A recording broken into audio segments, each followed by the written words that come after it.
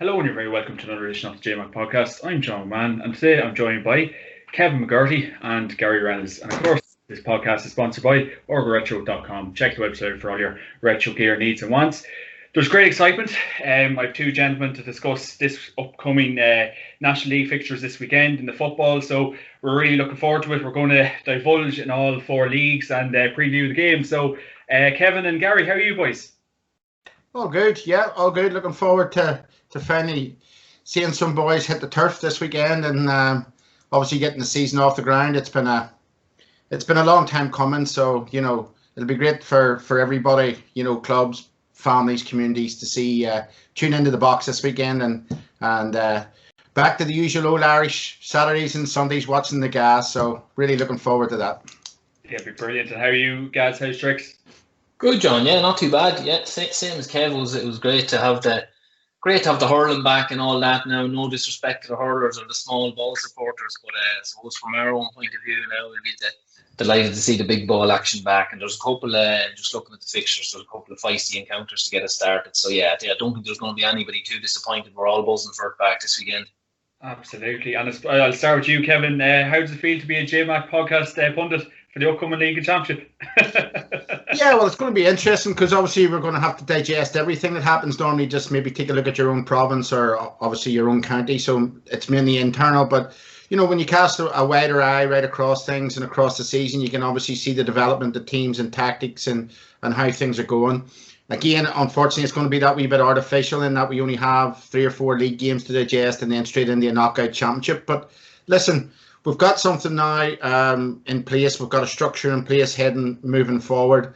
So I'm really looking forward to see who can step up to the mark this year and challenge the Dubs in terms of championship football. I'm really looking forward to see the development of Armagh, particularly in Ulster. Going to be, Gary would know more about this than me, but really going to be interested to see what happens with Mayo, mentally where they are moving forward. And other counties like Kildare, for example, Jack O'Connor back in there again. Can he really do anything, that didn't really start too well in the league? And then if you actually analyse the league last year, they only missed going up by a point or two. So maybe getting Kildare back onto the table, getting back onto the pitch really at the top end of the championship. So there's a lot of different narratives, a lot of different stories. And, it's just going to be so interesting to see that development and who's going to sort of attack Dublin, who's going to, put it up to them. And I suppose we all like change sometimes, and it'd be nice to see somebody new lift Sam this year. Jeez, fingers crossed. And Gary, you looking forward to the year ahead? You happy to be on board? Yeah, delighted, John. Yeah, fair play. Thanks very much. Kev's covered a good bit of it there. I suppose from an analyst point of view, and even yourself there running these pods, it's probably hard to know where a lot of teams are at. Such a short run in. Normally there's a bit of a rumour mill building up if there's been a couple of mechanical games or FPD games or whatever else you want to call it. You see different players, maybe what way Tyrone we're looking to play. Kev will be keeping an eye on that up north. But we've really got nothing to go by here. And even the bit of gossip you'd be on the WhatsApps and things like that, it's all been very, very quiet. So I think every county's under strict instructions and every manager is trying to keep things on the down low because essentially, you're looking to win your first game. It's crucially important, I think, with the way the leagues are split, to win your first game. And it's just going to be difficult to see. I think a lot of stuff won't be known until Sunday evening until we see how it's worked out. And a lot of teams could be caught in the hot this weekend too, maybe not expecting what's coming in the long grass based on just lack of knowledge, essentially. And so really looking forward to any sort of action at all. Now, even I wouldn't be a hurling man myself, but I even enjoyed seeing the boys going around at the weekend, and seeing that sort of aspect of it. So yeah, delighted now to be getting a bit of sport and looking forward to it, definitely. Absolutely. I suppose, Kevin, we can give the Antrim hurlers a bit of credit for getting a fantastic win against Clare at the weekend. What did you make of that? Yeah, no, I watched some of it and then obviously watched Donal Óg, the guy with the pen, on the Sunday game. I watched him eat some humble pie because, in pundits, and I suppose me and Gary will learn this as the season goes on, we do make often off the cuff or rash decisions based on performances, but I mean, it put the Antrim hurlers up to it. And I think one of the things that I'd be looking this season from some of these teams like Armagh that I spoke about, or maybe Kildare, hurling's a very intense game. And Antrim hurlers last week, they had a great hunger, they had a great intensity. They were really ready for the game. And I suppose we spoke before we come on air about this, about being prepared. Gary has mentioned very well there the fact that we don't know where teams are at. It was clearly Antrim were very prepared for the game against Clare going into that game. Clare looked to be in a wee bit of turmoil, maybe hadn't been about together too much. So, we'll see that very, very quickly this year, the intensity, who's there, who's up for it, and I suppose that came out in their performance and they got the result. For them, it's now about moving on to the next game, which is Kilkenny, which is no mean feat. But the thing what we'll talk about in the football leagues is these games come quick and fast. And, if you get a win and run together, all well and good. If you lose, it's not going to be great because it's a short run into the championship. And these games are going to be key for building up momentum, key for building up game plans. And I suppose key for how your year's shaped. Absolutely. And you got the haircut as well, Kev. It's good to see. I had to, John, and when I was out on the golf course, I couldn't see where the ball was going. It was that bad. So I know that Gary's is much more well styled than mine, but at least I got it done. Yeah, happy days. Right, boys, we'll crack into it, the business end of things. So we'll start with Division 1. We have some absolutely intriguing counters in this one. So Division 1, this weekend, we have Kerry v Galway, Tyrone v Donegal, Roscommon v Dublin, and Monaghan v Armagh. We'll touch on Kerry v Galway firstly. I'll start with you, Gary.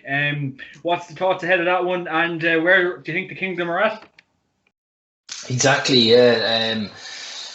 Again, you'd imagine they'd be absolutely chomping at the bit, John, given such a disappointment they were last year. Again, Kev touched on Clare coming up to Corrigan Park at the weekend, and that seemed to be the way Kerry headed into that Munster final last year against Cork. Even there was only a kick of the ball in at the end. I know when O'Connor fetched that one out of the clouds and buried it, but Kerry, even at a point up, never really. You could say it was a trait of a good team that they never seemed to panic, but it was nearly their lack of urgency. I think everybody was kind of surprised at, because Cork were only a kick of a ball within them. But look, they'll be looking to hit the ground running, I think, especially a home game down in Kerry. And, Galway, again, a similar aspect. Their year petered out very poorly last year. They had a brilliant start under Joyce when he took over, and they took the league by storm. Walsh was in serious form. I know Comer was out most of the year, was a huge blow for them.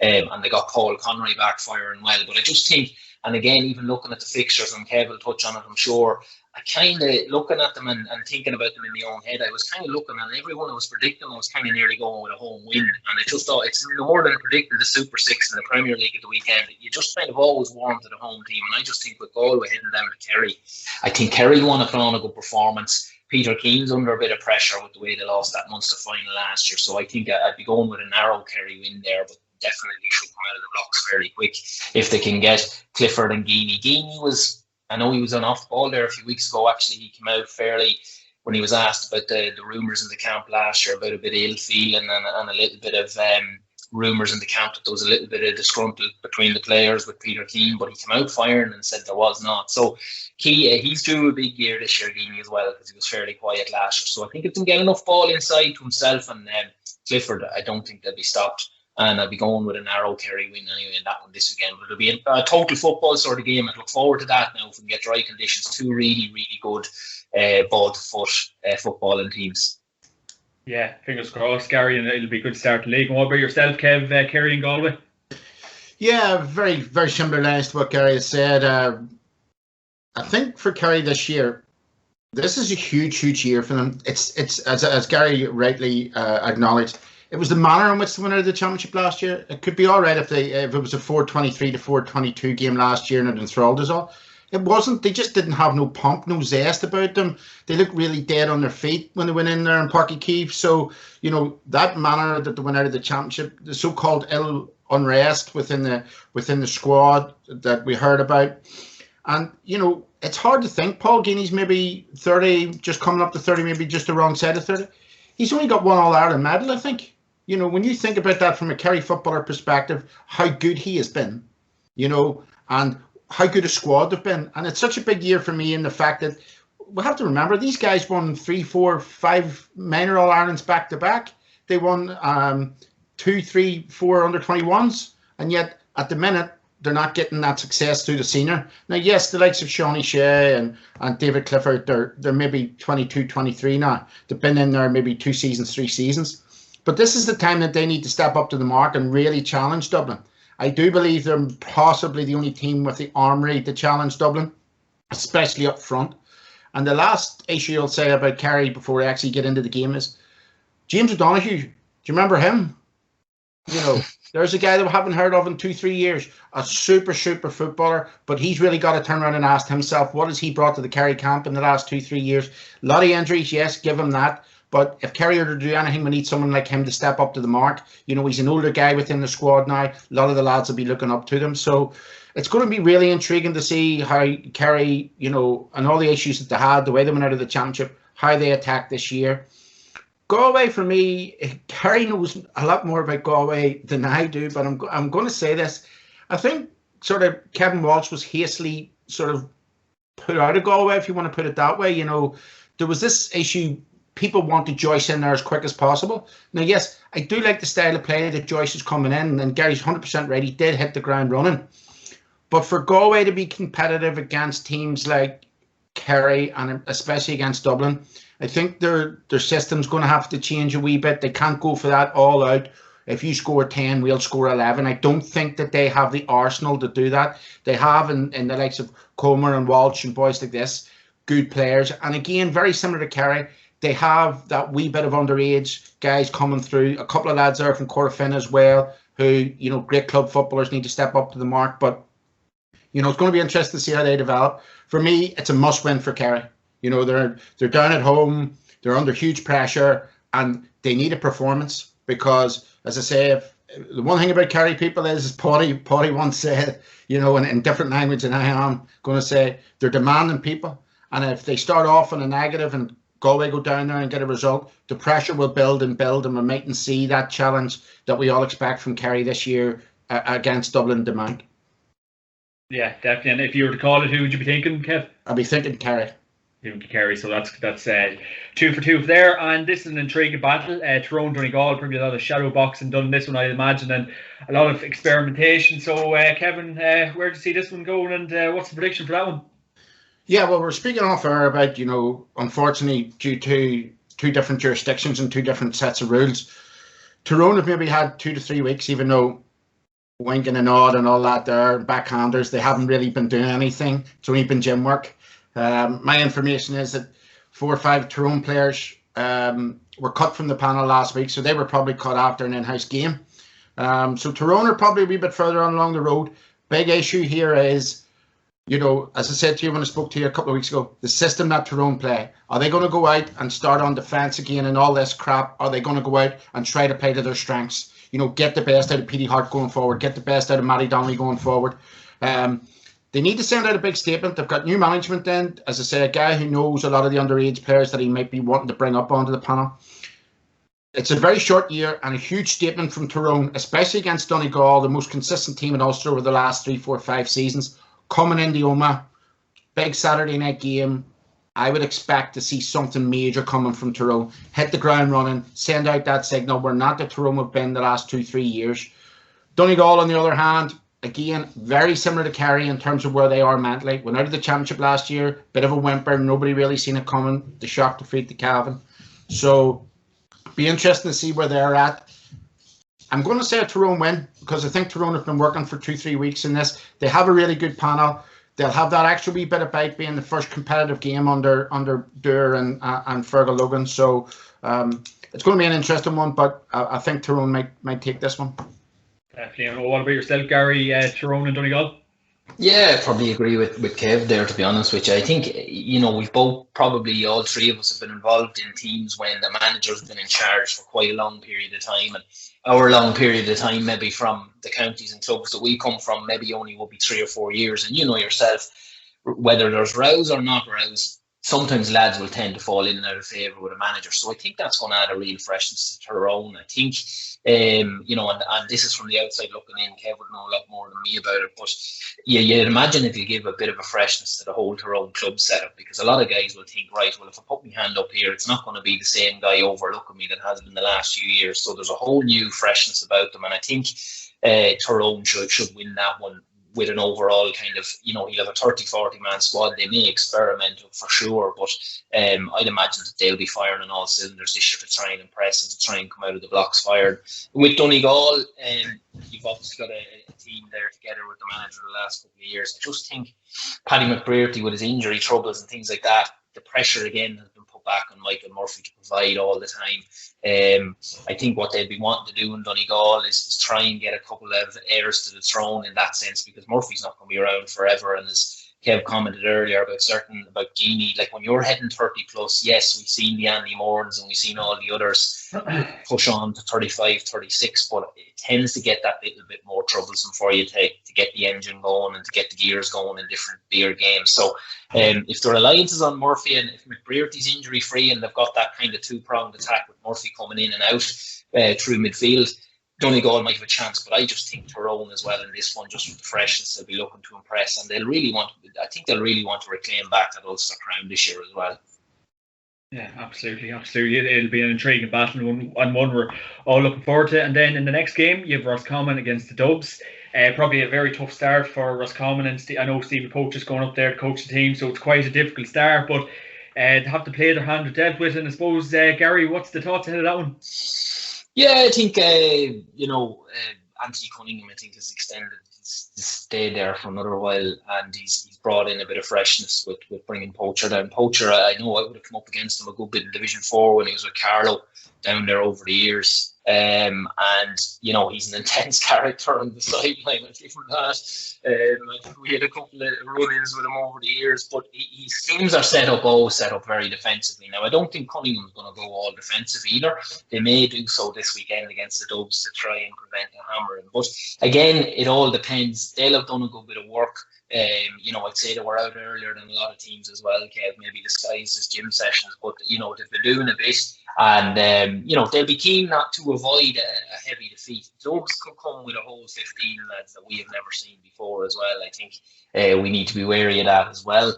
Although Desi's suspended, I'm sure he is an input, and they'll probably put out something like a mix between a couple of the starters and a few of the second string. But I still think it'll be a tighter game than most people anticipate.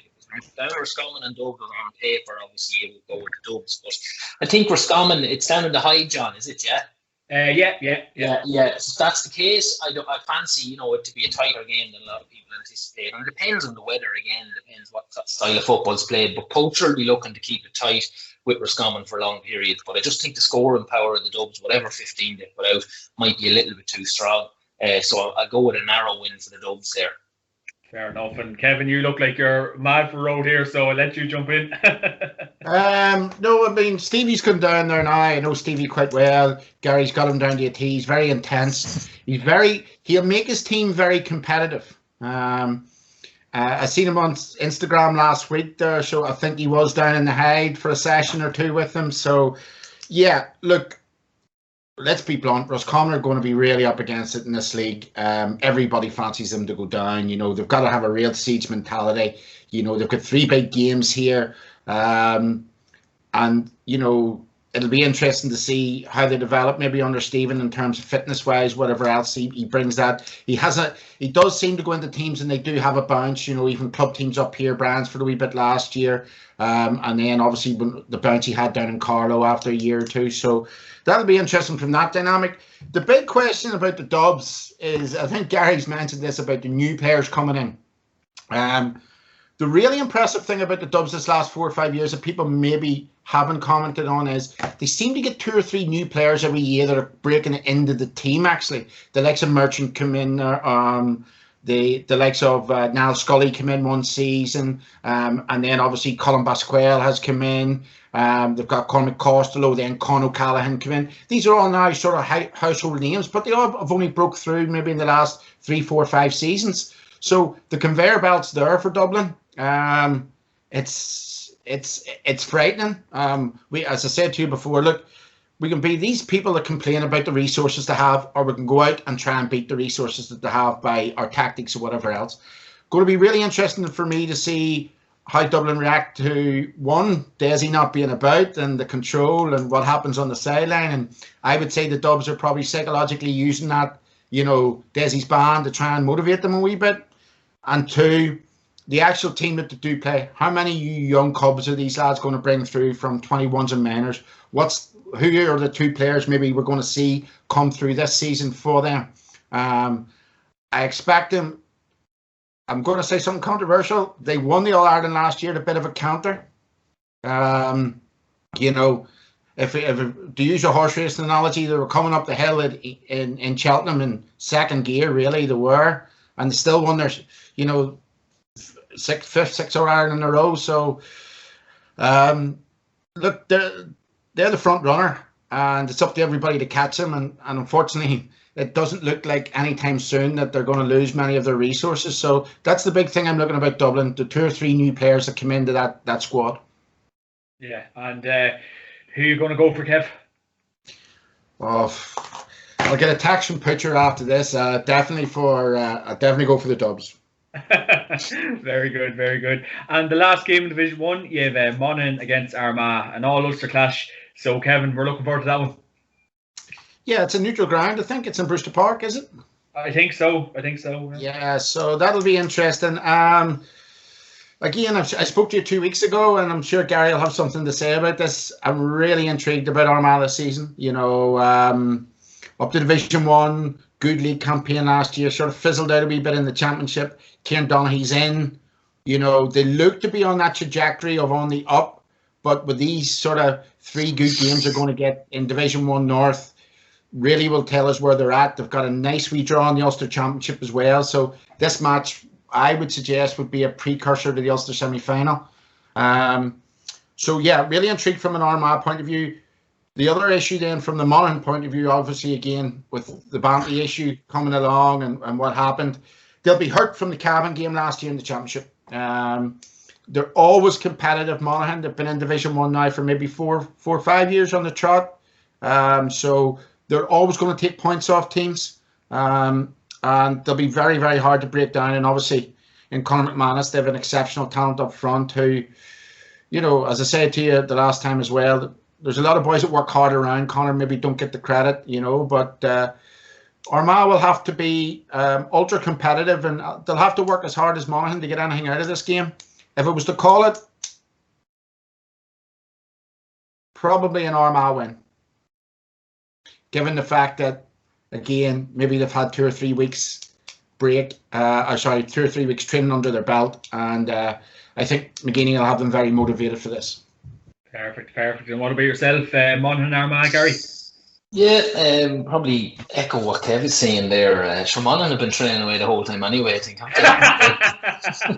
Fanti has them flying.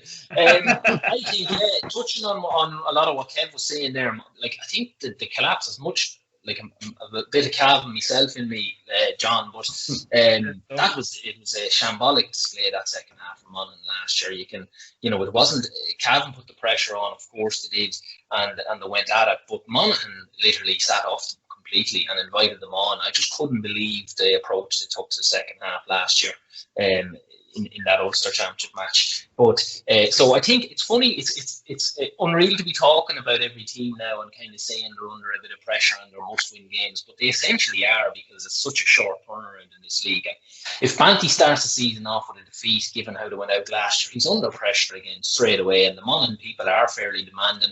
They're looking at Conor McManus, thinking as soon as he's gone, our chance at another Ulster or an All-Ireland is probably gone with him. So the pressure's on from that perspective. Then you're looking at McGeeney, as Kev quite rightly pointed out. He's with Armagh now a good few years. Yes, there's been progress in bringing them up now to Division 1. But again, you start off with a defeat, maybe a couple of poor performances in the championship, and the pressure's back on him again. So both these teams, I don't think there's any love lost between these two boys either. Remember that picture? There was a row with them when they were both with Meath and Kildare, I think.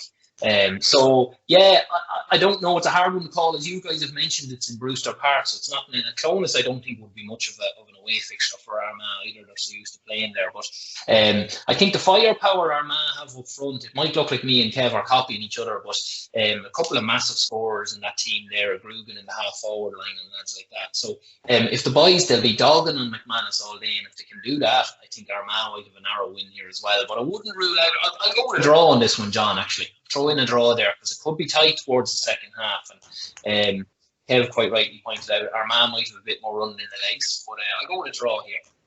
Perfect, 100%. And we can push on to Division 2. We've Cork v Kildare, Meath v Westmeath, Clare v Laois, and Mayo will be down. So we'll start off with Cork v Kildare. So Gary, Cork v Kildare, what are you thinking for that one? Yeah, two counties now you could look at. The two counties I've always looked at from the outside looking in and thought there's so many top quality footballers available to them, have had all over the years. Now, they're not household names like they were maybe 5-10 years ago because they're not competing for, Leinster titles or All-Irelands or Munster titles as much as they were. Obviously, Cork won it last year with a gritty, I wouldn't say great, but a gritty performance against Kerry. Stuck to the game plan. I think your man's a good manager that's in with them. I think he's going into his third or fourth year now. So two counties with loads of footballers in them and loads of potential. You're just always kind of waiting for them to take off. Again, it's a tidy trip down south for Kildare to make. I'm assuming, boys, that's a home game for Cork. I know he's mentioned the Bruce home for Cork. Home for Cork. I see them coming out first, but I know some of these are kind of ended up in neutral venues, so I was just double checking. But I'll go for a narrow Cork win. I just think they have a bit of momentum with them, and the fact that Kildare have to travel down as well. Jacko, as Kev mentioned maybe previously, maybe off air actually, he knows them well now. He probably knows his best 15 or close to his best 15. So Daniel Flynn is firing, and again, I know we keep mentioning the same elements, but it comes down as well. Two nice footballing teams, what the weather is going to be like. I just think Cork with the home advantage will grind this one out. But again, it'll be a narrow game. Maybe Cork by 3 or 4 for me. Perfect. And what about yourself, Kevin? Cork v Kildare? Yeah, I'm going to go for Cork in this. Kildare last year started the league very slowly. Yeah, Jack's a year further on down the line in his project. But look, fair play to Gary for mentioning about Ron McCarthy being manager down there and maybe, looking at his qualities. Cork need, for a long time, Billy Morgan was the messiah down there and he was the one go-to man in Cork to bring them success. Cork are an absolute and utter embarrassment as a county when it comes to football. They've won, I think it's 7 All-Irelands they've won in football. Now, you think about the size of the county, the population they have, underage teams, it's just something's not right down there. And, if they give somebody like Ron McCarthy 2, 3, 4 seasons, if they give them the right infrastructure, he's going to have a huge pick of players there. You take somewhere like Leitrim or Antrim or Sligo, small pick of players. Cork have a great pick of players and are totally not, they were in Division 3 last year. The Division 3. So, I mean, they've come up a league. They're probably in a wee upward curve. They beat Kerry for the first time, albeit tad lucky last year. So I'm really expecting something from Cork this year. In fact, I'm going to be honest, man. I'm going to stick my neck in the line and say I think it would be, if they didn't get promoted, it would be a total underachievement for them in terms of the pick that they have. So yeah, for me, it's got to be Cork, and I hope to be saying that every other week. I want to see Cork back up there. I want to see Cork challenging. I want to see them back where they were maybe between 2006 and 2012. In terms of Kildare, it's a difficult project to read, isn't it? When you look outside Dublin, there's sort of that plethora of teams there that are just quite similar. The Meaves, the Kildares, possibly the Laois. There's not a lot. There's a kick of a ball between them. So, these games are important for Kildare because they'll really pit them up against teams that, just that tier below Dublin. So it'd be interesting. I think Jack maybe is probably looking at staying in that league, possibly maybe looking to push for promotion, given the fact that they were only a point off it last year, and then try and get a real good Leinster Championship run. Maybe get the Leinster final again. But second year of the project for him, possibly knows his team a bit better. And they did win the under-21s the other year, or win the under-21 final. So, I mean, hopefully one or two of them fellas are coming through as well, can add into that squad and make it a bit stronger. But going down to Cork's a hard place to go, and I think Cork will win this 4 or 5 points. Happy days. And then, of course, Meath against Westmeath. So, Kevin, what's the thoughts ahead of that one? It'll be like Tyson Fury against Anthony Joshua, that one. So it'll be interesting.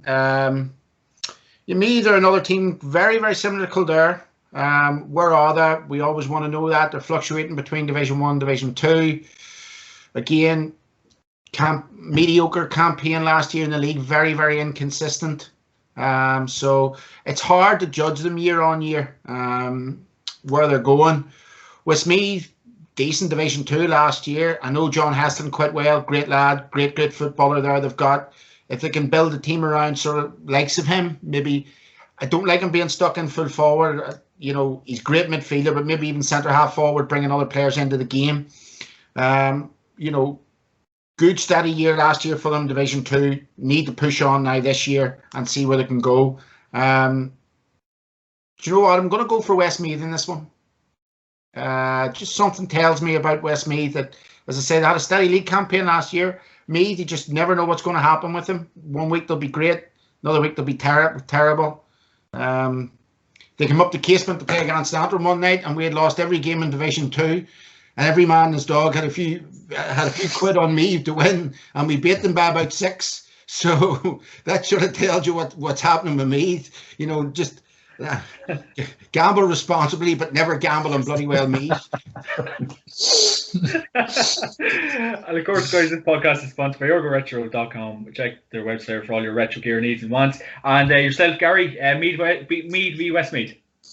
Yeah, Kev made a great point there in talking about Kildare and Cork. There's probably a batch of teams, and there's maybe 8 or 10 of them that are all on a similar level, can beat each other on any other day, and Meath are in that pack. And the problem with that kind of pack of teams is they're all very competitive, and they're all on their day can be a very good side. But unfortunately, they're just levels away from the Dubs, the Kerrys, and that's why there's kind of always this top 4 or 5 argument in Ireland when it comes to the All-Ireland. You've got your Tyrones, Donegals, Mayo, Dublin, and, you know, Kerry thrown in there as well. And then outside of that, maybe Monaghan sneaking in there, and now you're looking at the Armaghs. But otherwise, then you've got a pack of about 10 who all in their own right and on their day can beat anyone, and they've got lovely footballers there. And I think Meath qualify in that. Westmeath are probably just a little bit level below that, along with the Leashes and the Clares and that. But again, all very capable footballers and footballing teams. Again, local derby, these two would not like each other whatsoever. Meath have had a little bit of a rise lately, so Westmeath would love to take them down off that bit of a pedestal coming down from Division 1. I would go with Meath just as Kev said. Heslin, I think, as much as he's effective in there on number 14, anytime we played him, he used to come out in the 40, and he's just impossible to pick up there because he finds the pockets of spaces and he gets the team ticking. Whereas when he's stuck in at 14, if they're not getting enough ball into him, and Meath play pretty defensively and break at numbers, you always find that the scores tend to dry up for Westmeath. So getting them out of there and getting them out of the traffic is sometimes the best thing they can do. I think just Meath, I'll not go into too much detail, Meath again need to know where they are under Andy McEntee. Are they going to push on to that next level? Again, it's harsh on the teams in Leinster to say are they going to push on to that next level, because the next level is beating the Dubs, which unfortunately everybody has found out is not easy to do. I think Meath just in this one maybe by 2 or 3 points, and that's just because they might try and swallow up Heslin and negate the scoring powers from that end. Absolutely. And of course, next game, Clare v Laois. Gary, what's the thoughts ahead of that one? Yeah, again, these guys probably just another level down from the Meaths and the Corks and the Kildares. There's kind of a 3-pack motion there, but 2 very capable teams. We would have played Clare, and Kev would be familiar too. They were stuck down Division 4 with us for a very long time. Colin Collins, who's a man I have great time for, had them for 4 or 5 years. He's Podge Collins' father, actually, and he got them promoted. Gary Brennan was there midfield, an absolute monster, and he's even quicker. He's quicker nearly soloing with the ball than he is running. I don't know how he does it, but he's a phenomenal athlete, and his hands and feet are exceptional.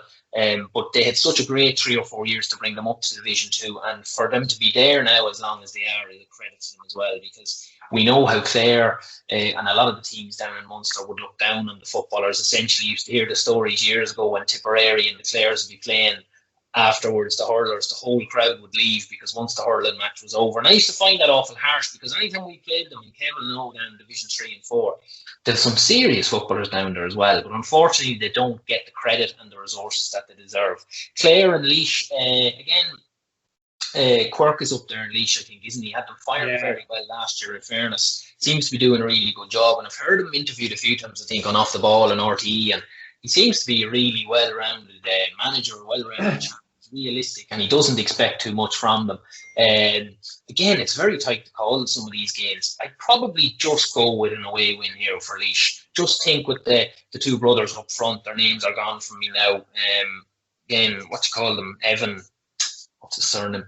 Anyway, two boys up front, if they can get firing and Laois can get enough ball into them, O'Loughlin's still there around the middle. He's another animal. But I think Laois just in this one.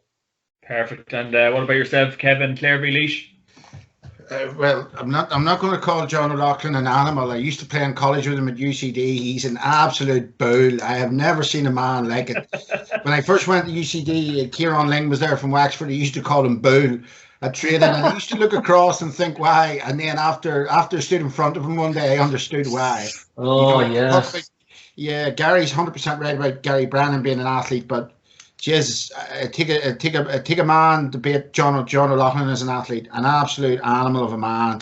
Great footballer, great personality, great lad overall. So Laois for me are very similar in a way to Cork in that they haven't got the best out of themselves. There's no doubt. There's great passion for the game down there. You look at it's the Mecco effect, but you look at Mecco winning there and done, the confidence went up, he changed things around all of a sudden. I think Laois won 3 back-to-back Leinsters or 2 back-to-back Leinsters under him, so there is talent down there, there is the passion down there.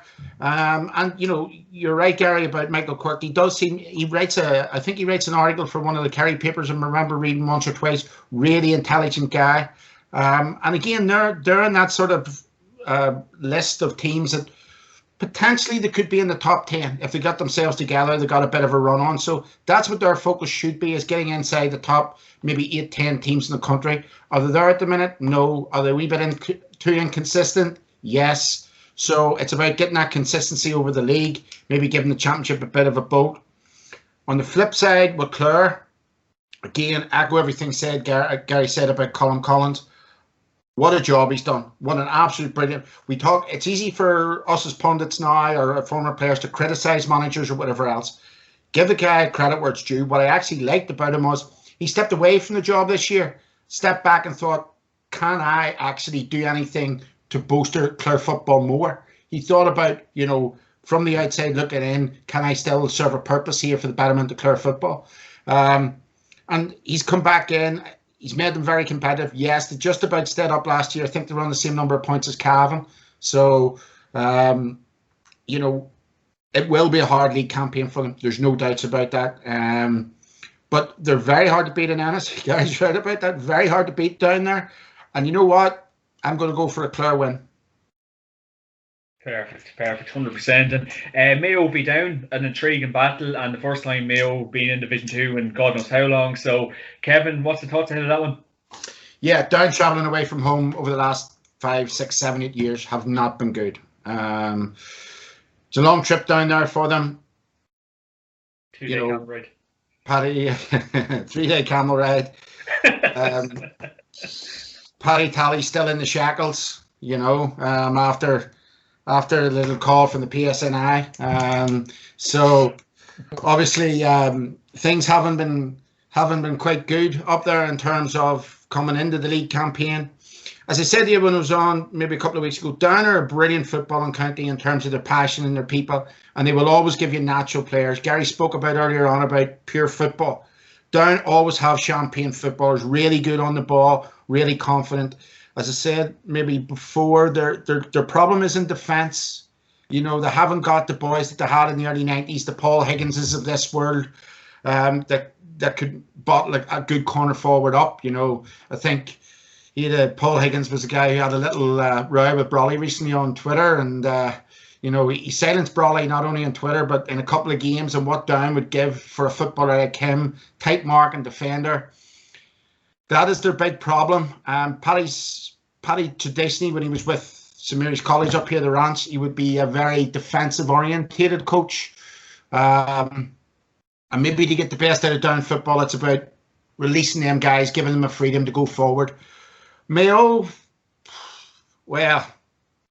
the bridesmaid of GAA, and they're like Rocky Balboa, supposing a fight. They've had Clubber Lang for 10 rounds and, keep on getting knocked down and keep some coming back. And, we always wonder every year, is this going to be their year, or are they just going to capitulate and fold inwards because it all just gets too much for them? Look, they don't want to be down in Division 2. Most people, including myself and probably Gary, would tip them to go right back up. They have a good squad of players. They've had a few retirements, but them few retirements were probably, no disrespect to the lads there, but they were probably due. They do need a new 2 or 3 new players breaking into the squad. They do need a new bit of freshness. So it's going to be really interesting to see how they get back up. I'm going to be honest with you. I do think that Down are on a hammer in this weekend. As I say, going down there, Mayo being demoted, coming back after the All-Ireland final, bit of freshness. Mayo by 6 or 7 points. Absolutely. And what about yourself, Gary? Something similar, John. Yeah, something similar to what Kev's thinking. I'm thinking maybe Mayo by 5 or 6. I think what suits them with all these retirements happening now is that they're in Division 2. As Kev said, look, the likes of Keith Higgins and Shamie O'Shea, these boys have seen less game time over the last couple of years. Tom Parsons came back from that big injury. But what you're looking at is if they were Division 1 and the game was in the melting pot with 15 minutes to go, you'd love to be bringing those boys on.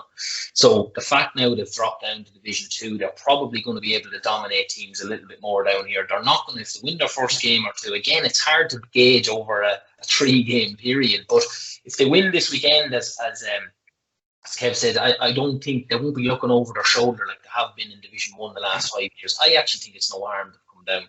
I think it was no harm Tyrone came down 2 years ago and done them no harm either. Get back winning games, get promoted, and try and blood a few of these young lads. Is, as Kev said, the only disadvantage is you only have 3 games. If they had 6 or 7 league games, could blood a lot more fellas. I think they might miss a little bit of the experience that Keith Higgins needs as we're all coming on later in games, but not so much in the Division 2 league. It might come later in the Connacht Championship or in the knockout All-Ireland. So I think Mayo easy this weekend, maybe 5 or 6 points. It'll be a tight game, maybe up until the 3-quarter mark, and maybe Mayo will push on. But again, a lot is going to hinge on Mayo's season, whether this knee injury in O'Shea has suffered is serious or not. It was announced in the media, and we've literally heard nothing about it since. So Mayo are obviously trying to bury it as much as they can. I've heard nothing from it, and I've no good few lads up that direction who don't seem to know anything either. So it's all on the hush. A lot that'll be more down the line when the All-Ireland kicks in, but they'll need to get him back. But yeah, Mayo easy this weekend, 5 or 6 points. Perfect. And we can move on to Division 3. We've Longford v Derry, Fermanagh v Cavan, Limerick v Tipperary, and Wicklow v Offaly. So Longford v Derry, Kevin, what way did you see that go? Yeah, well, former teammate of mine still over Derry and Rory Gallagher. So look, intelligent-wise, absolutely brilliant in terms of when it comes to GA, the tactics. I do think Derry are on a wee bit of up with them at the minute. I think that, look, over the last couple of years, Derry have had a small bit of success at underage. We talked to Alex Gerard O'Kane there quite regularly. Derry club football still quite competitive. So look, Derry would be one of the teams, Clare underachieving. Derry are definitely Clare overachieving. Derry are definitely underachieving. Myself and Gary would remember, in the not too distant past, Derry were maybe less than 15 years ago. Derry were National Football League champions. They've and they were in Division 1 consistently, and that's where they want to get back to. They've gone away for a couple of years. They've put in place a couple of plans underage, which is good for them. They've good coaching officers like Chris Collins and Richard Ferris, I think, are in there working, who are guys that know what they're about. So, it would be nice to see Derry do well. I think they didn't get up last year either on score difference or on Down got up over head-to-head on them. So, considering that the team's coming down, Cavan, Fermanagh, I just think that Derry would be one of the two that will get promoted this year. That game's in Longford, so Longford are never easy to go to.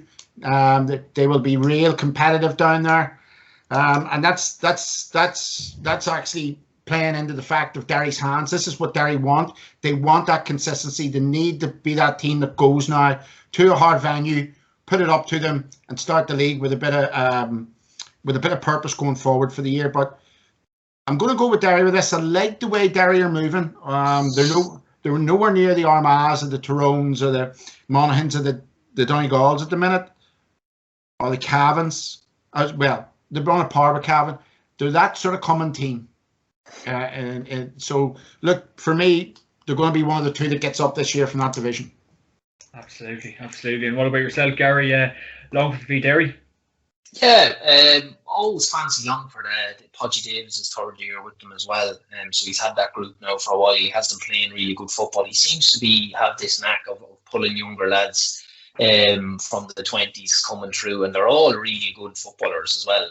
Because I'm beside the Longford border here myself, and they've had some lads walk away in the last few years, not walk away, but retire or maybe call it a day. I know Diarmuid Masson would have been a serious man there for them coming out of half-back line, but he seems to have replaced them and kept their status in Division 3, which is great credit to them, because themselves and Offaly, and they'll give out to me for saying this, but you would have fancied them. They've been clinging on and staying up there. And Longford actually haven't been too far from promotion the last couple of years in the heel of the hunt. So quite rightly, as Kev mentioned, Derry, we would have played Derry a good few times in my last year, which is 2019, in the league and the league final in Croker, and they have scoring forwards everywhere, Kevin, coming off the bench. There are lads there at wing forward that you maybe think are dogs going up and down the line that Gallagher would have doing the dogger job, but they're well able to kick points from outside the 45 as well.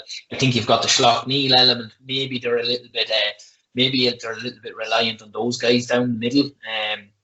And they have to try and transfer that. But I think, as Kev said, they're a bit of a sleeping giant element about them. Funny enough, I fancy Longford just to nick this one, to be honest with you. Going down there, it's always a hard place to go, and I know we've said that a few times for some of the games, but I think it's going to be tight. I think both teams will keep it tight for as long as they can. If Derry unleash the shackles, as Kev said earlier, like, they've got serious amount of footballers that can kick points from distance. If they go out there, and I know Gallagher from playing against this type of teams over the years and seeing them operate in Fermanagh and things like that, he does like to keep things tight and move it out quick when they turn over a ball. But if he goes out there with an attacking mindset, I think Derry. But I think Longford, both of them will match up fairly well. Longford at home by maybe 2 or 3 points. Yeah, John, just a small snippet on that. I mean, we always want to see, as we were talking about earlier, players emerge, but we've actually got not a player emerging, but a player coming home for Derry, which is going to be key to them this year in Conor Glass. And we're also going to see that again in Tyrone, we'll talk about very shortly. So in terms of new players coming home from Australia. So, they've got young McKenna coming home. So, I mean, these guys here, it's another narrative coming into the season. How are they really going to affect the team? How are they going to add to the team? And that's going to be something interesting to watch. And that could be a big factor for Derry this year, is Glass coming in there. I've seen him once or twice. Look, a phenomenally talented footballer. He's the sort of guy that, he can just grab a green by the scruff of the neck. I've seen him play in the Ulster Minor tournament a few times for his club. I think they won 2 or 3 in a row. And he was just a phenomenal athlete. So that'll be a real boost to Derry, getting him back. And it may be something for all of us purists of the game to watch. Yeah, absolutely. Fermanagh v Cavan, lads, choose wisely. Gary. Yeah, Cavan, John. As I said, I'm 33% Cavan myself anyway. The other 33% is London. So I'm buried in between all three here. No, I fancy Cavan. Again, Fermanagh, no disrespect to them. On Ricey, it's probably an important year for himself. Petered out a little bit last year. I know they had their COVID struggles and still fielded the team, in fairness to them, but no more than ourselves in Leitrim. Fermanagh never seemed to have a massive pick of footballers to come from. Kev would know more probably about them, but they're probably not too far away from us to know enough about them as well. They're down in the doldrums. In fairness to them, they're maintaining their status there in Division 3. They came down from Division 2 last year. I think they were relegated nearly going into the last few games. But I fancy Cavan away from home. They'll have no issues in this one. I don't think the confidence of winning the Ulster last year. They'll be keen to make a statement and get back up to Division 2. I think they need to get back up to Division 2 if they want to, dwindle down there for much longer. So I think Cavan will be one of the favourites for the Division 3 this year. I think Fermanagh are going to struggle again, and I wouldn't even be surprised to see them tumble on down, yourself in that aspect. So I'll go with Cavan in this one. I'll Cavan maybe by 7 or 8 maybe. Perfect. And what about yourself, Kevin, Fermanagh against Cavan? Yeah, I'm going to go with Cavan as well. 2 teams in contrasting fortunes. One tumbling down the leagues, as Gary has said. One on the up. It's just, look, it's sad for Fermanagh, as I said to you a number of months ago. Fermanagh are one of them teams that give us great days out in the Ulster Championship over the last couple of years. They always punch above their weight for the amount of the population or clubs that they have. They always get the best, try to get the best out of themselves. And the big issue for me is that, look, it's a cycle. they're on that tumble down. They were on their way up a number of years back. It's on that way down. It's about putting the brakes on for Ricey this year, maybe getting a win, 2 wins. That would be major for him, getting 2 wins in that league just to stay in it. Cavan, on the other hand, look, the big question is for Mickey Graham and Cavan, can we kick on now? You know, okay, they were very unfortunately relegated last year. You know, they were quite competitive in the league, 6 points in Division 2. Most years would get you staying up. But it's about kicking on now. So, you know, for them to go into the Ulster Championship, into that Tyrone game, look, they're going to need a bit of confidence. Get the confidence up by winning 2-3 games in the league. Get that boost going in there. On the flip side of it, if Tyrone lose 1 or 2 games in Division 1, you know, all of a sudden, you're going into Healy Park into the Championship where the boost of going back up a league and Tyrone maybe not in the best place. So it's a big league for Cavan. And it's, I think, a lot of other people outside of the Cavan camp will be watching how they, you know, react to almost year 2 of the project, having overachieved in year 1. Overachieved.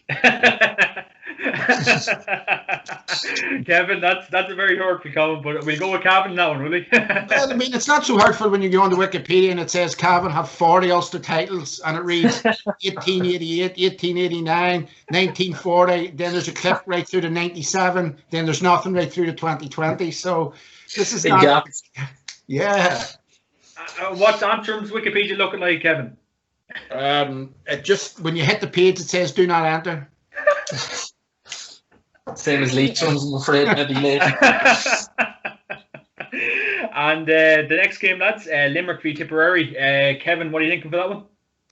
Yeah, well, I think we're looking again a bit like Cavan. Tip overachieved last year. Yes, again, look, we look at teams like Kerry winning 3-4 in a row. We look at maybe a bit of success that Derry had underage. Certainly Donegal have had underage. Cavan, your own county, as you would know, underage. Tip has done a bit of work underage, and that's why they're getting that wee bit of boost. You know, I think they've been to a minor final, maybe 2, and the under-21 final. So, look, great to see them win Munster last year. But now it's about that consistency. You know, we can't have the Tip that fluctuates up and down. You know, they need to get that consistency there in the championship. They need to regularly be challenging Cork and Kerry as much as possible. Good league games like this gives them it. Limerick are up a league. They were very impressive last year. Sort of in 4, like, you know, they were the best team in it last year. Very competitive, big, strong, physical team. But I think Tipperary have too much. You know, when you look up front to Tipperary, we talked already about the likes of Conor McManus and, you know, maybe Shane Walsh and Paul Geaney and players like that. Tipperary have 1 or 2 players up front that are abs like that. Conor Sweeney, for example, boys like that who really, you know, a bit like John Heston, maybe not in a traditionally strong county, but a player that would fit onto any team and win you a game any day. So maybe just Tip, with the momentum they had last year, wanting to build in that, and also in terms of having the quality, I think maybe Tipperary by 4 or 5 points. Perfect. Gary, yourself, Limerick against Tipperary. Very similar. Limerick, as Kevin know, came up strong from Division 4 last year and were very unlucky the previous year. I think we just picked them maybe back the year before. So I fancy Tip by 5 or 6. I mean, I think the news breaking today there was Philly Ryan. He plays club football in Bridget's in Dublin here. He's after transferring down to play with Tip. He never really got a proper go with Dublin. He got a couple of O'Byrne Cups and things like that, but as the years gone by, it's escaped him. So he's gone down there. He probably had a little bit, as we spoke earlier, Kev, about Heslin moving out to the 40. That might give Quinlivan a little bit of freedom to move out to the 40 because he kind of dovetails in and out in his own freedom, but I think they might actually just play him out in the 40 and leave Sweeney, and if Philly Ryan starts well, leave the 2 boys inside. So it adds another dimension to Tip. It's going to be hard in the Word and Cavan, as Kev said, to back up the year they had last year. All eyes are on them now. There's no more of this surprise element. So the pressure's on. They need to perform. Limerick, big physical team. They stick to the game plan. They really don't change, no matter if they're 10 points up or 10 points down. So they'll be up for that one, and they'll really want to take Tip. Limerick will be looking to stay in the league. Tip will be looking to get promoted, similar to Cavan. So I think Tip in that one as well by maybe 5 or 6. Confidence is up. Perfect. And the last game in Division 3, Wicklow against Offaly. So Gary, what's the thoughts ahead of that one? Yeah, I think I mentioned earlier, and again, it's no disrespect to Offaly. It's actually probably a credit to them for clinging on there and hanging in Division 3. I like John Maughan. I know he gets a bit of abuse over the years, and that I actually think he's a good character. He gets his team really, really fit, and he puts a load of belief in his players. He makes you believe that you're going to go out and going to want to be able to perform. So that's a decent one. Wicklow are up, obviously. It's great to see them up. They were kind of, Kev will agree. He mentioned a good word earlier is probably cycles, and Antrim and Wicklow and ourselves even and the Limerick's, we seem to work in cycles. A half decent team will come along with a good manager, and all of a sudden we might get promoted and we might get a year or two out of Division 3 and we'll be back down to rebuild again, and it's probably where Leitrim are at the moment, and maybe Antrim to a degree. But Wicklow now are in that cycle at the moment. Your man has gone down there now to them and he's doing a great job. He was up, is it Davy, what's his name? The manager now of Wicklow. He's gone down there now, and he's got a great reaction out of him in the first year. Sometimes when you get the new manager bounce, you can actually get promoted quite easily. A bit like Terry with us in his first year. We got a really good draw. Antrim actually, Kev, should have beat us down in Carrick, hit the post and played some lovely football that day. Absolutely ripped us apart, but the ball just wouldn't go in the net. And sometimes if you get a bit of luck like that and you win your first couple of games, that's exactly what happened to Wicklow last year. They got a couple of points on the board early. They'll again not be looking to climb up the table. I think Offaly and Wicklow, both of them will target this as a must-win game, because they'll see it as an area to try and target and to try and secure their status, essentially. Because as we know, with the 3 games, you'll just if you can win your first game, you're essentially nearly safe in that regard. So I think Wicklow down in Ockram. Again, no disrespect on the Garden County, but it's a horrible place to go. So I'm going to go with Wicklow in this one. I'll go Wicklow maybe by 3. Perfect. And what about yourself, Kevin? Wicklow and Offaly? Yeah, Davy Burke done a good job down there now in Wicklow. You're 100% right, Gary. The thing about Wicklow is, again, not to be condescending, because myself and Gary are from 2 counties that are quite similar. Look, they're always going to be up against other teams of a small pick, but I've been to Auckland before, and that is a 2-day camel ride to get there, believe you me. Trying to get a 52-seater bus up them one-way roads is hard enough. Never mind trying to get a win. And over a period of time, lots of very good teams have gone down there and get stung. So it's a difficult task to go down there. I also agree with Gary. Look, this is a 6-pointer, as they would say in the Premiership. These 2 teams, look, what they're trying to do is at the minute just stay within that league. Going down would be a disaster for them. And look, let's be honest, the 2 of them aren't going to go up. So really, it's about really staying in the league that they're in. I used to live with Billy Joe Padden in Belfast for a while, and he was telling me about John Maughan, about serious operator, and he didn't, he will get a team fit. Offaly are another one of these counties that maybe just not at the minute because of resources and finance and maybe the pool of pick that they've got from, but they're one of these teams again that, a bit like Laois, a bit like Kildare, possibly like Meath, sleeping giants really need to, Offaly football and not need to put a plan in place really to get up there, because 97, 98, maybe their last Leinster title, but really, we need a good Offaly, we need a strong Offaly, and at the minute it's just about consolidating Division 3 and maybe getting a win in the championship for them, but hopefully there are brighter days ahead and there are better plans for them moving forward. Absolutely. We can move on to Division 4. Louth v Antrim, Waterford v Carlow, and Sligo v Leitrim. And Mickey Hart's Louth coming up against Antrim. Who would have thought would have ever said that? Kevin McGarty. Oh, I don't think Nostradamus could even have predicted that one, to be quite honest with you. I think if Mickey Hart himself went to one of them clairvoyants, he probably would have walked out thinking his money was wasted going in there and telling him he'd be Louth manager. But look, it is what it is. Myself and Gary obviously have a hat in the ring in this particular part of the discussion. But for me, this is the division that is most intriguing this year.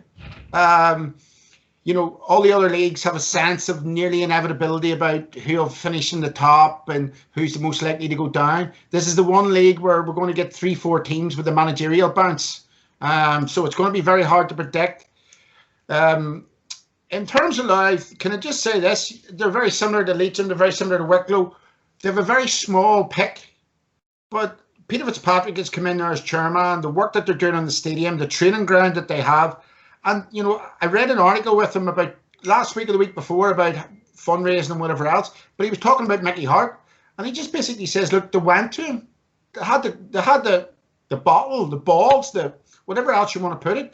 They went out and they went after him, and you know what? All credit to them. And from another point of view, Mickey's a passionate man about the game, and he wants to be involved in it. And, he's going to have to go in at a level maybe he's not used to, but it's going to offer him a different challenge, and I think it's going to be a great dynamic for them. It's just a pity that the crowds can't get in, because I'm sure Louth this year will have a really good following, a lot of people interested. But the game's down in Gerlings, I think, in Dundalk. Antrim have a new management in too.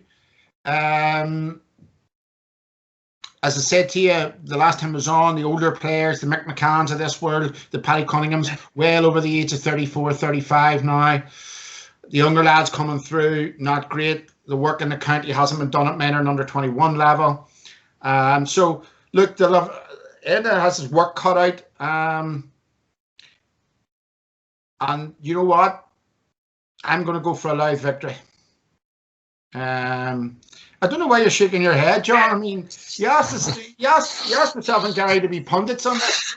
At the end of the day, I think that Antrim might have had 2, 3, 4 weeks of training compared to Louth. They don't usually travel well, and I just think the Mickey Hart bounce. I think it's going to be really interesting to see Louth this year, and Sligo in particular, in terms of the bounce. Big name managers coming in, big things expected, lots of hard work to be done, and I'll give you with Horst Devlin in with Mickey Hart, Louth will be very hard to break down, really hard to break down. So I'm just going to go with Louth for that. Perfect. And Gary, what about yourself? Louth against Antrim?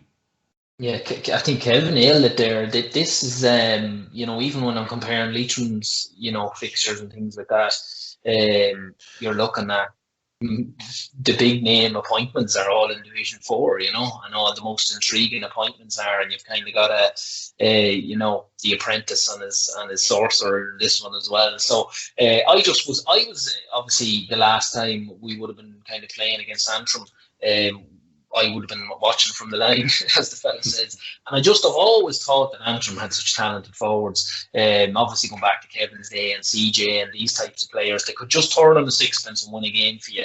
But I think Kevin's nailed it with the likes of Paddy Cunningham and Mick McCann. They're not getting any older, but I always felt you could compete at Division 4. Division 4 isn't, no disrespect, and I played there most of my inter-county career, but it's not a huge step up. Division 3 then can be a massive step up sometimes, because you're playing a couple of teams who deserve to be in Division 2. But I think when you're down there in Division 4, nearly every game's a dogfight. And I just think that added a little bit of experience in the forward line might help Antrim here, because when you think aloud, and it's no disrespect again, they've lost a lot of players, and a lot of players aren't playing for whatever reason the last years, and that's one thing that Mickey Hart might bring. But again, we don't exactly know who's available for these teams yet at the moment. Obviously, myself and Kev would have the inside track on Antrim and Leitrim, but with Louth, I don't know who Hart has tempted back. So there's the likes of Derek Maguire and these lads who haven't played for Louth the last few years, and there would have been big scorers for them. I just think it's not I don't know, Kev, you can correct me if I'm wrong, it's not a long trip for them down to Louth, but I think Antrim might not cause an upset, but I think Antrim might nick this one, because I think McGinn will have them moving well. I think there'll be a freshness about it. Obviously, it'll be the same thing with Louth. But I wouldn't even rule out a draw here, because it's going to be that tight of a game. But I think if they're to do it, it'll be just Antrim just, and maybe in the last couple of minutes, I always just find Antrim always find those kind of scores, those lovely kind of scores near the end in around the D, and they can pick the right spot. So I just don't see Louth having the same firepower, and again, that's no disrespect to them. So Antrim just or a draw. Yeah, Gary, I seen a picture on Sportsfile the other day or something like that of Mickey Hart talking to the young lads in Louth, and I mean young. Some of these boys were babyface assassins. I don't know if Mick McCann and Paddy Cunningham seen that photo, but if I was them, I'd be thinking, I'm not chasing after any of these boys. So you can have your experience all you want, but it's a game for the young bucks these days. Yeah, that's for sure. Absolutely, yeah. So it'll be an intriguing battle. And Waterford v Carlow. Gary, what's the thoughts ahead of that one? I suppose it's be a tight game, I suppose. Yeah, both under new management, if memory serves me correctly. Again, lads, I'm trying to brush up because there's been such a little lead. There's been obviously massive lead time into this, but there's been so little kind of written in the papers about it because everybody's kind of gone in with lack of knowledge here. Waterford, I'm assuming it might be in Fraherfield, which again, I'm more than used to going down there. As Kev keeps saying, it's probably it could be a 3 or 4 day camel ride down. I think Waterford. So, yeah, I don't know. I think both teams have a lot to offer. I think Carlow might just have a little bit for them. It depends if Murphy and these guys are going to be playing the two Murphys in the middle of the park. When they get going, they're very hard to stop. If Broderick's on form as well. But Waterford have lots of good footballers there. I think a few of them have left in the last few years as well. So based on my previous knowledge and the kind of limited over the last couple of years since I finished up, I would just be tipping Carlow to win this because I think the momentum of having a little bit of success over the last couple of years, although they came down from Division 3, they would just be the Sean Gannons and these guys would be able to grind games out. So I'd go with Carlow, but only again ever so slightly in that one. And again, Kev mentioned Steve Division 4 games are really harder to call than the whole previous games in Division 1 3 because everybody's at a decent level, and that's what I always found about, and which I always found the pity was with the lack of coverage with Division 4. Yes, it's not your Dublins and your Kerrys, but sometimes the games can be just as thrilling and just as enjoyable. So Carlow just in that one as well, maybe with 3 or 4 points. Good stuff. And what about yourself, Kevin? Waterford v Carlow, and of course you've great experience playing Waterford over the years. Oh, Jesus, don't remind me. Long trip down there. I don't know how it was for Gary, but let's just say it's a long day. Especially instead of going to Walsh Park, you're going down to Fraherfield is a hell of a. In the winter, thankfully, this game's in the summer. In the depths of winter, it can be a heavy underfoot. Let's just say that. But no, Waterford have a new manager in Shane Rowan, I think his name is. He's a Cork fella, but he was over Tipperary Ladies for a couple of years, and I think he did quite well down there. So he'll be coming in. Seems to be quite organised, and he's took a few club teams as well. So they for them for Waterford, it's about, I suppose, being competitive in Division 4. I don't think they're going to win it. I'll be honest with you. I think that they need to get it competitive in Division 4. Unfortunately, down there they treat it. Hurling's obviously the major game. So, if he can do anything down there with him, make them competitive, see what they can do, and then obviously take that into the championship. For Carlow, they've regressed a wee bit. Obviously, when Putcher and Turlock were in there, done very well and sort of maybe, punched above their weight a wee bit, but they've certainly regressed from that. 1 or 2 boys retired. I think Dancing Ledger's gone this year. So, again, it'll be a tight enough game, but you would expect Carlow just to have too much going down there. So Carlow to win that one. Perfect. And the last game of the weekend, Sligo v Leitrim. So, Kevin, the last game to wrap it up. Last game. I'll have to be careful here. No, I think Gary's mentioned this just in passing, but this is going to be a real intriguing game. What you have here is a guy coming in from absolutely nowhere, really not having a lot of knowledge of Sligo football, but knowing a lot about football, and how long will that take him to imprint upon the squad that he's got? And that was obviously an aging Sligo squad anyway. And then you've got a guy who's been in Leitrim for what, 3 years now, Gary, in Terry. So you've got a guy coming in from absolute scratch to a guy who really should know the best players in the county, or indeed the best players available to him and the best team available to him. So the big thing for Sligo is that they have got the managerial jump. McEntee will be out to prove a point. He's been bandied about for a lot of jobs, and now, he's decided to go into Sligo. He probably sees, look, in the past, Sligo had great tradition, great footballers. There's a good passion for the game down there, but maybe he sees that he can go in and turn things around. And Terry, as I say, he's been in there 3-4 years ago. Leitrim haven't got a great pick. Gary knows more about this than me in terms of the size of it. But look, as much as anybody, they're a hell of a competitive team. They came up to Antrim about 3-4 years ago. I think the match was up in St. Paul's, and geez, they gave Antrim a real rattle. Really competitive.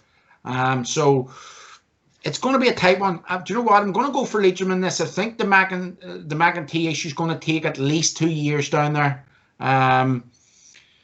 McEntee will have them he will have them well set up. He'll have them fit, but I don't think maybe he's just had enough time with them yet. And I don't expect him to get out of Division 4 this year, Sligo. So that's maybe a big call by me. Other people might see it differently, but no, I'm not seeing them get out of Division 4. Okay, perfect. And no better man to ask, Gary Reynolds, Sligo v Leitrim. Yeah, no more than Kev, like you'd obviously, as former players, you'd be involved and you'd still be chatting to different fellas, but it's all been very quiet, and I don't think people have been purposely doing that. I just think it's the build-up. I think everybody's in a situation. I'd say there's a lot of county managers and squads up and down the country who don't even know what to expect from themselves. Leitrim have a young squad. We've had a lot of transition over the last couple of years. There's still a couple of Paddy Maguire and a couple of really experienced players there, Shane Quinn and Donaldin and lads like that who can really step up when needed, and who have been there for quite some time.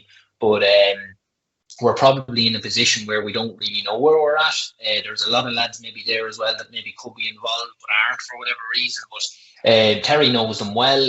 We brought in a lot of young lads last year and blooded them well. I think, as Kev has alluded to, the McEntee effect of kind of coming in and trying to hit the ground running. Yes, it adds a bit of freshness to that, but that Sligo team are young and have a lot of good footballers, but they've had a lot of years now where I think Taylor was in charge for 2 years, and I think out of 14, maybe 15 games, he might have picked up one win. I think he went his first full year without picking up a win at all. And look, you can say there was certainly lads not playing. They've had a good few retirements the last few years in Breheny, and I know Neil Ewing actually, he's a great warrior for them. He retired yesterday. So I think both teams Leitrim are just a little bit further on in their development and how the guys will know how Terry wants to play. Sligo are still learning from McEntee, and as Kev said, McEntee's had a couple of middling club jobs, maybe Closs McGlen, and I know he done a bit with Bridges in Dublin, but he's had no real kind of high profile role where he's the man in charge. So it's going to take him a while to get to know them and them to know him, and I just think Leitrim are a little bit further down the road in a sense that the lads will know what's expected, and it's a tough place to go, and we don't have a great record over Markievicz Park for whatever reason. It's only an hour down the road, but we always seem to struggle there. But hopefully the boys will banish it this weekend, and I think maybe Leitrim by 4. Absolutely, and I suppose last thing on it, Gary, do you miss the kind of excitement and the commitment that Leitrim brings to life? Would you miss this weekend? Yeah, it's funny, the COVID thing has changed it a little bit. I mean, when you were to say there were inter-county was released to go back training, of course you're sitting on your arse all winter and you're kind of saying, geez, you'd love to be getting back out there. But then when you look out there and you think about the miles that have to be covered, and Kev will be well used to them as well, you kind of think, Jesus, I don't know if I have it anymore, especially the likes of us there that would be slogging nearly most of our careers down around Division 4, Division 3. It was a tough old gig, and we kept at it for as long as we can. And I really do miss it now. Coming up to the weekend when the game is kicking off, you'd be thinking of heading off with the boys and having the crack and getting stuck into another competitive game. But otherwise, wouldn't really miss it. I've done it for that long that it'd be hard to miss it. But you'd miss the build-up, John. Yeah, you coming up to games, but not the dogging they're after having in, say, the last couple of weeks. But you just realise I'm probably maybe 2 years away from it now. 2019 was my last year when we got to Croker, and last year was probably tougher. But I think with COVID has helped that separation a little bit better because I'm even thinking of going club training this evening, and the thoughts of that is getting me anxious. So if I was to head county training at my age, I think now I'd be getting a lot more worried. But the buzz is good. The buzz is good, and it's great that you're far enough away from it now, as Kevin might agree, that you can actually enjoy it properly. Whereas last year you might have been thinking, Jesus, could I have offered something there today? But that's well past now. So absolutely. And Kev, do you miss playing for the Antrim senior footballers? No, not at all. I suppose similar to Gary. I mean, you had your time and you had your crack. Maybe people mightn't agree with me and they say this. The game's become all encompassing now. It's just not something at all that I'm attracted to in terms of playing. tactics and stuff like that. Myself and Gary can talk about players and this lad and that lad, and yeah, I enjoy that bit of the game and tactics and watching how teams set up and stuff. But it's just become too all-encompassing. You know, obviously you have social media and all this nonsense, but you know, it's 5, 6, 7 nights a week. You know, gone are the days when Jimmy Keaveney could have 15 pints and play corner forward and rat in the back of the net. That's a real character in a game. You know, all that has been removed from the GA. We don't see characters like that anymore. You know, fella can't even, you know, playing right corner forward, you say, geez, look at him, he can't even get the top over his belly, and then he swings his left foot, and you're amazed by it. You know, it's all these young lads running around, steroid heads, as we call them, you know, pumping weights, and they go to hand past the ball, and it goes over a boy's head, you know. It's not, the game now is not, yeah. It's not attractive to me in any way that way. It's about fitness, not about skill, and going out of the game is this thing, you know. I used to love going to Kilmacud Sevens every year before the All-Ireland, because you'd sit down with your boy, you'd roll about the ground with, and maybe had an early digging match with back in the day, and you'd suck pints and talk about, you know, matches and stuff like that. All of that has sort of gone away from it. You know, there's that old social element's gone. It's all about, you know, how much weights can you lift, you know, how fast can you cover 10 yards, you know. So it's not a game in terms of the training, the matches, having to play matches down, as I say, going, you know, when you're going away from home at the weekend for, you know, 4, 5, 6 hours or overnight, you know, it's a hell of a commitment. But, you know, everybody has their time and everybody will feel differently about it. But certainly for me, I just enjoy watching the game now and just thinking that I certainly couldn't put in the hours and be as disciplined as the lads are now. Definitely not. Yeah, absolutely. Well, lads, thanks a million for joining me this week. And of course, this podcast is sponsored by OrgaRetro.com. Check the website for all your retro gear needs and wants. Gary, enjoy training. Kev, enjoy the golf. I will indeed. Gary, see you later on. Cheers, boys. Lads. Thanks, Tom. Cheers,